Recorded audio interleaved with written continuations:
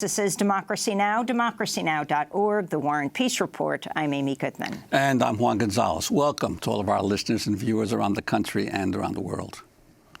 President Trump has repeatedly attacked his political opponents by saying the world is, quote, laughing at the United States.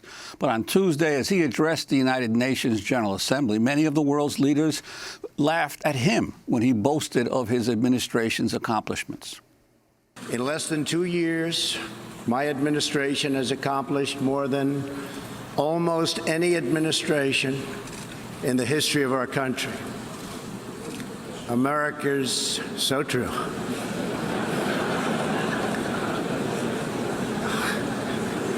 Didn't expect that reaction, but that's okay.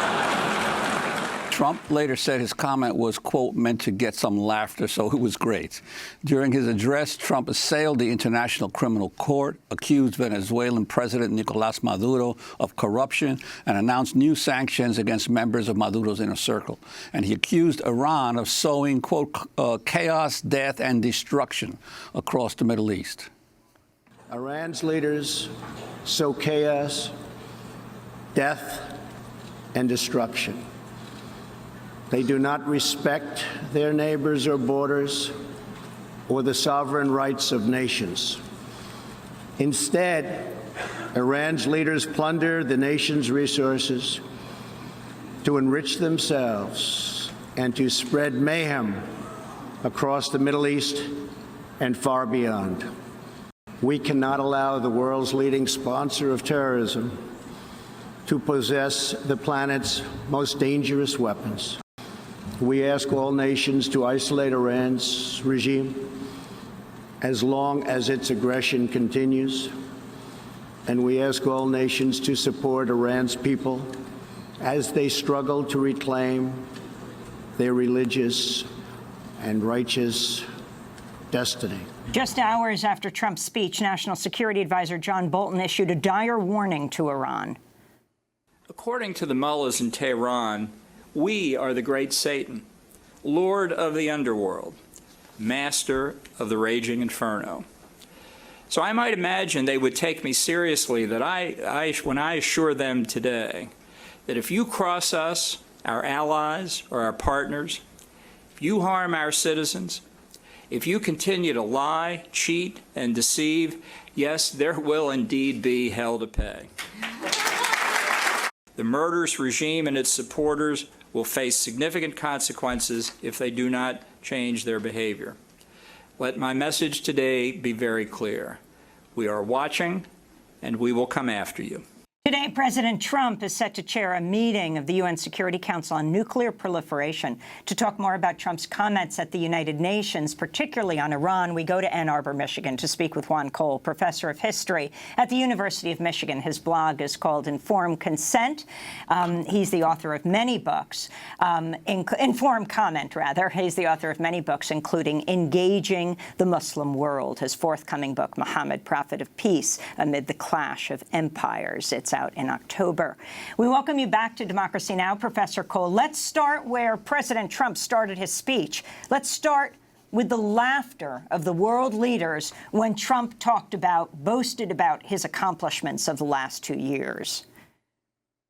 Well, this was a hall full of world leaders who'd actually run administrations, and they've seen the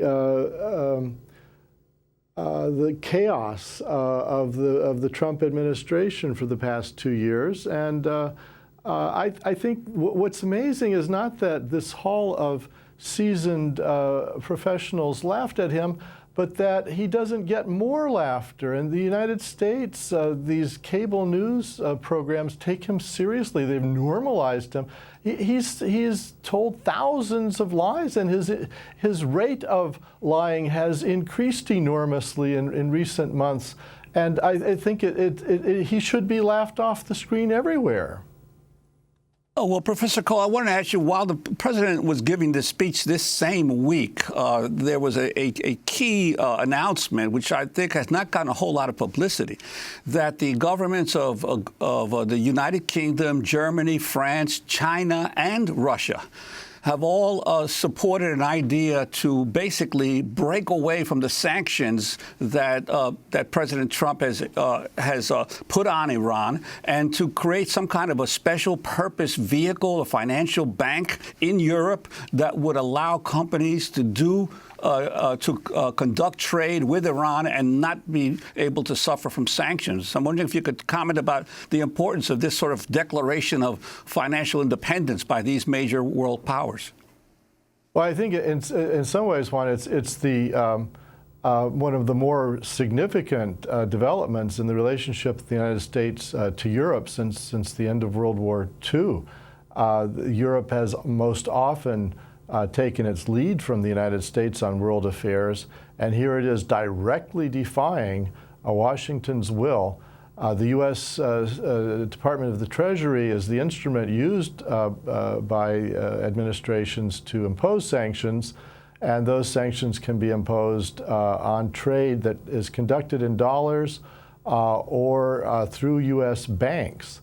And so what the Europeans are saying is we'll set up a vehicle for Iran to do business with European firms, which will be in euros, and it will sidestep U.S. banks and international exchanges, so as to ensure that some of the economic relief that was promised to Iran for mothballing most of its civilian nuclear enrichment research would come through.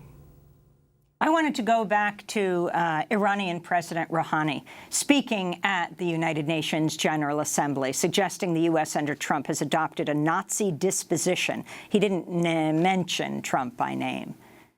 It is unfortunate that we are witnessing rulers in the world who think they can secure their interests better, or at least in the short term ride public sentiments and gain popular support through the fomenting of extremist nationalism and racism, and through xenophobic tendencies resembling a Nazi disposition, as well as through the trampling of global rules and undermining international institutions. It is ironic that the U.S. government does not even conceal its plan for overthrowing the same government it invites to talks. So that was President Rouhani. Your response, Juan Cole?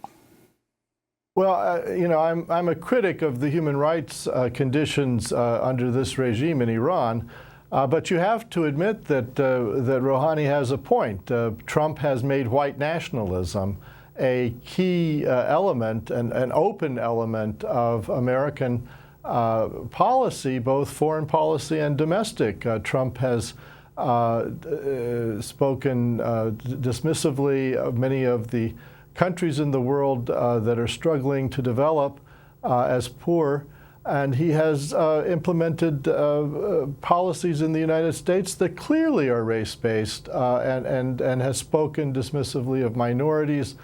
And one of the reasons back in the 60s that the U.S. government was so nervous about the civil rights movement was that they were afraid U.S. enemies of the U.S., especially the communists, would take advantage of the fact of Jim Crow and of the racist regime in the United States to turn the world against the country.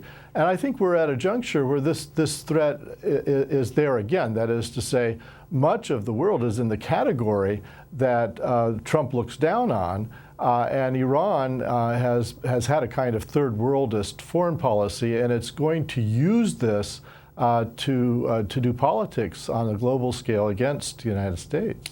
And Professor Cole, I want to ask you, while he was dismissive, as you mentioned, of many countries, including some U.S. allies, he declared sort of a pantheon of nations that he believed were making progress in the world, which included Saudi Arabia, which at last time I looked was a complete absolute monarchy, Poland, which is the most right-wing government, arguably, in Europe today, and Israel. I'm wondering about his selection of countries that people should look to for inspiration. Sure. Well, you know, all of the countries you mentioned have severe human rights problems, and I think Poland is just on the cusp of being sanctioned in the way that Hungary has been. for departing from European human rights norms and judiciary norms. Saudi Arabia, as you say, is an absolute monarchy. And despite some cosmetic recent reforms, they do things like sentence bloggers to 1,000 lashes for criticizing the government. Even some of the women who had led the charge on getting the right to drive have now been arrested now that it's a government achievement, and they're being denied the credit, and they're in jail. So yes, I mean, Trump exalts these right-wing tendencies. Poland has a very strong anti-immigrant policy, which is part of what Trump admires about them. And it all is, you know, if it's not Nazism, it's certainly racial superiority of what Trump would, you know, categorize as white people. Early Tuesday morning, President Trump tweeted, "Despite requests, I have no plans to meet Iranian President Hassan Rouhani. Maybe someday in the future. I'm sure he's an absolutely lovely man." Well, later Tuesday, in an interview with CNN's Christiane Amanpour, Rouhani denied Iran had requested a meeting with Trump. Not this year, nor last year. We have never made such a request for a meeting with the President of the United States. Of course, last year, from American officials, we received 8 requests for a meeting. And I did not see that as being an appropriate meeting, as I do not see it as being appropriate now.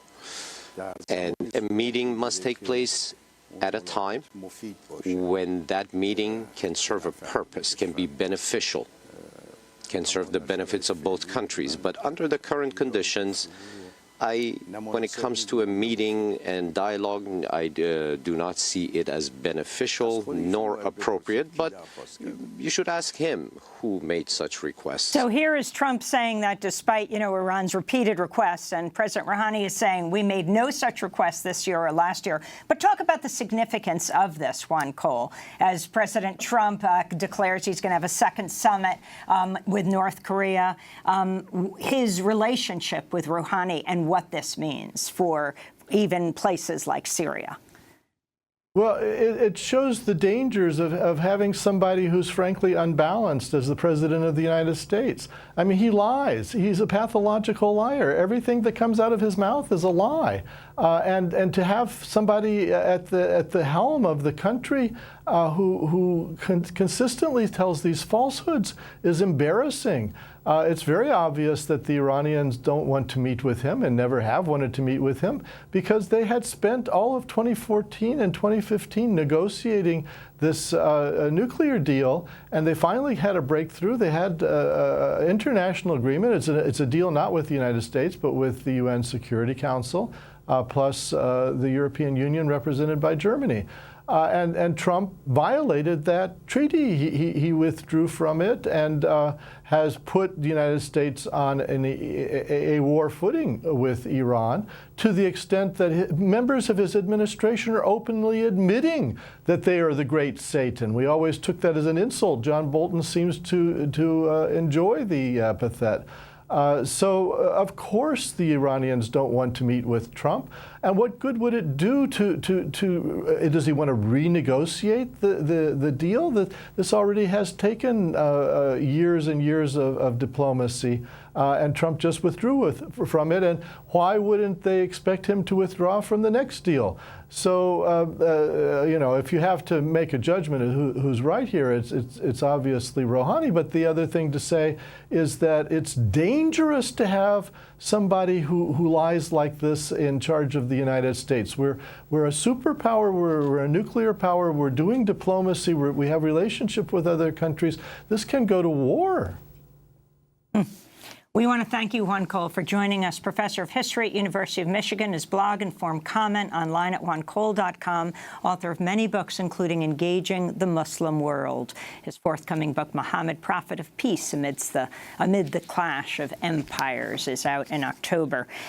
When we come back, the man who's credited with crafting President Trump's UN address, Stephen Miller, will speak with Miller's uncle. Stay with us.